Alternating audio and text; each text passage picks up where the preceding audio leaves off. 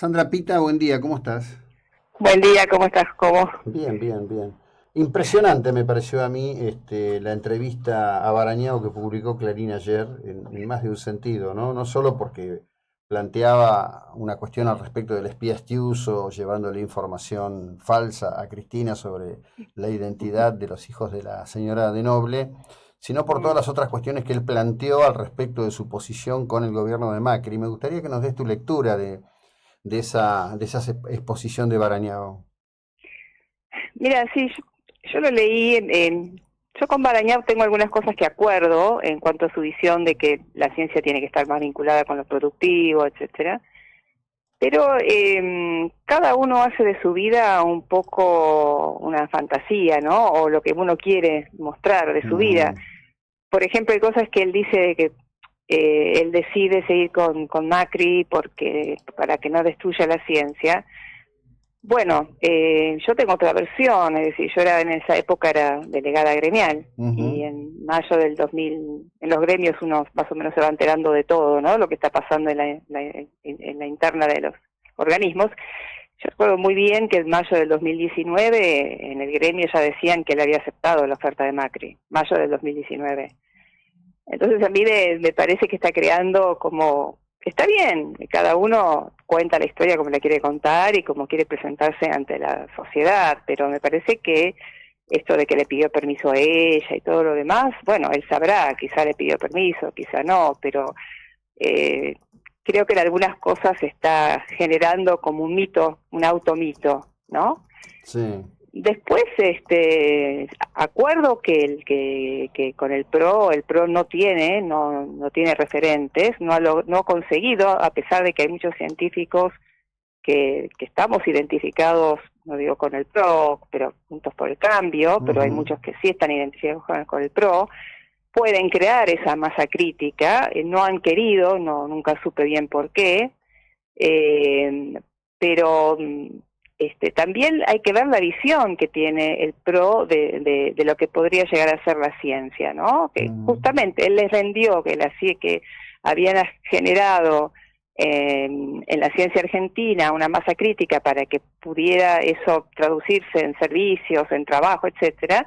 Y bueno, eso fue lo que vendió y eso fue lo que le pidieron. Y la verdad que no era así, que lo que se había generado era un CONICET quizá hipertrofiado, ¿no? No estoy hablando de la calidad de la gente, sino Ujú. que era demasiada, con subsidios muy bajos, y ese cambio cultural que él habla, ¿no? De científicos que de repente empiezan a entender que tienen que servir a la comunidad, no sé si fue tan así.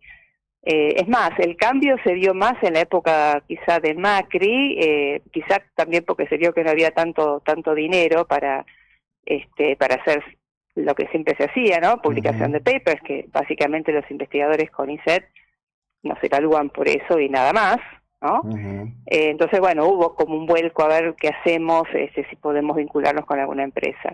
Me parece que él, de algunas cosas estoy de acuerdo, y en otras creo que genera un mito sobre sí Mm. mismo, sobre el kirchnerismo, eh, que con el que yo, la verdad, creo que habría que contrastarlo con la realidad. Bueno, pero la realidad es subjetiva, ¿no es cierto? Sí, sí. No, Uh-huh. a ver, de hecho, el gobierno de Cristina tuvo un gran predicamento sobre el sector científico. Yo creo que ellos acuñaron ahí un conjunto de ideas fuerza y de acciones, ¿no? Es decir, el mejor momento, uno de los mejores momentos de INVAP, de ARSAT, de determinados sectores. Yo la verdad que nunca entendí en el gobierno de Macri la designación de Loredo ni cómo De Loredo actuó con el tema de ARSAT. Me pareció, bah, este, para mí había que hacer otras cosas, pero bueno, nada. Lo cierto es que ellos construyeron ahí un gran predicamento y él tuvo mucho que ver con todo eso. Lo que nunca deja de llamarme la Uh-huh. atención, porque bueno, vos tenés experiencia internacional, es que el mismo investigador que acá se ve a sí mismo como en un Santa Saculorum, que él solo está en la cuestión de la ciencia básica, en hacer los papers y todo lo demás, inmediatamente que aplica para una universidad norteamericana, la comprensión se le cambia, ¿no? Y entra en otro plano de cosas. Es bastante Claro, llamativo. porque uno se adapta. Además, hay algo que yo quiero dejar claro, que es una visión muy romántica de la ciencia, que es que si nosotros invertimos yo estoy de acuerdo con que el kirchnerismo, especialmente en los primeros años, volcó mucho, más que nada al CONICET, no a las universidades No, no, las claro. desfinanció. Pero bueno, volcó mucho al CONICET y sí, se hicieron cosas que a mí me parecían interesantes, después, bueno, se desmadró todo, pero hay una concepción casi romántica de que la ciencia, la tecnología y la innovación nos va a sacar de la pobreza y en realidad es al revés, es decir, si en un país como Argentina, con una economía que está totalmente descalibrada, donde no hay reglas claras, no hay seguridad jurídica, no hay nada, Mm, la ciencia y la tecnología puede ser muy buena, pero no va a producir ningún tipo de cambio. Porque ¿quién va a invertir en un proyecto, por mejor que sea, en un país donde no haya reglas claras? Bueno, en esos países donde emigran muchos investigadores se encuentran con países que tienen reglas claras, más allá de los cambios de gobierno, que haya gobiernos de distintos signos, pero sí hay reglas claras, entonces uno puede planificar. Entonces esta cosa romántica de decir, obviamente que hay que apostar a la ciencia, a la tecnología y la innovación, y obviamente que en la agenda política, por ejemplo, de Juntos por el Cambio, yo vengo insistiendo e insistiendo, no con mucho éxito, te diría, mm, que lo pongan en agenda y que tengan referentes científicos propios, ¿no? Y no tengan que pedirse los prestados, por ejemplo, a los radicales, como dice él, no porque yo tenga algo contra los radicales, pero bueno, no son los únicos que saben de ciencia, son los que sí. más se muestran, pero hemos tenido muy malas experiencias con ellos también. Pero bueno, yo creo que sí, que hay que poner énfasis en la agenda política, pero más que nada hay que poner énfasis en que eso va a prosperar siempre y cuando las reglas del país sean claras, ¿no? Que la ciencia por sí sola no saca a ningún país de la pobreza si no hay una macroeconomía que sea estable y que dé signos claros de estabilidad. Entonces son dos cosas que van, no sé si concatenadas, porque siempre dan el ejemplo de Israel, siempre dan el ejemplo. Bueno, pero miren qué pasó antes en Israel, Claro. miren qué pasó antes en Irlanda, miren esos países que ustedes muestran como ejemplo, cuáles son las reglas de la economía, porque acá tenemos miles de dólares diferentes, acá tenemos incapacidad para importar, incluso en el área científica, que tenemos una serie de trabas que por mejor idea que, aunque Sí. sea una idea que pueda ser premiada por un Nobel o que genere una enorme empresa, no va a prosperar hasta que eso no se modifique. Entonces, esa es la idea que hay que cambiar, porque es muy lindo escuchar la ciencia, la tecnología y la innovación es el futuro. Obvio que es el futuro, pero es el futuro dentro de un sistema estable, Sí, sin duda. económico, ¿no? Pero por otro lado, yo la verdad que soy, no solo enemigo, sino que me molestan mucho esas. Bueno, hay que hacer como tal. El otro día había un artículo que decía, bueno, le fueron a preguntar a Israel cómo hizo para bajar la inflación. Acá bajamos la inflación y tuvimos una década de estabilidad económica y después la deshicieron, la rompieron en 25 millones de pedazos.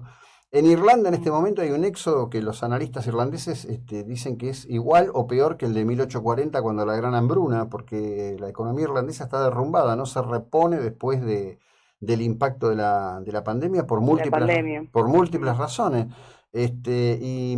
Lamentablemente y tristemente Israel está en una crisis interna de carácter institucional con el país partido al medio, que vaya a Claro, saber, por las reformas sí, sí. pues, que quieren imponer. Sí, Claro, sí, bueno, pero sí, digo, sí. nada es tan bonito ni tan, digo, es una linda manera de no enfocarse en contarme qué voy a hacer para cómo resolvemos los problemas que tenemos acá. Exacto, mira, yo hice, a ver, más allá de digamos, si queremos tener ciencia de calidad, obviamente tenemos que tener una educación de calidad, ¿no? Ujú, claro. Educación primaria y secundaria. Bueno, yo hice algunos cursos con maestros, docentes, gente de educación de Finlandia. Mm, Y ellos permanentemente decían, no copien y peguen, porque nosotros hicimos nuestro camino, claro. entendiendo cómo era nuestra sociedad y los cambios que podíamos hacer en los momentos que podíamos hacerlo.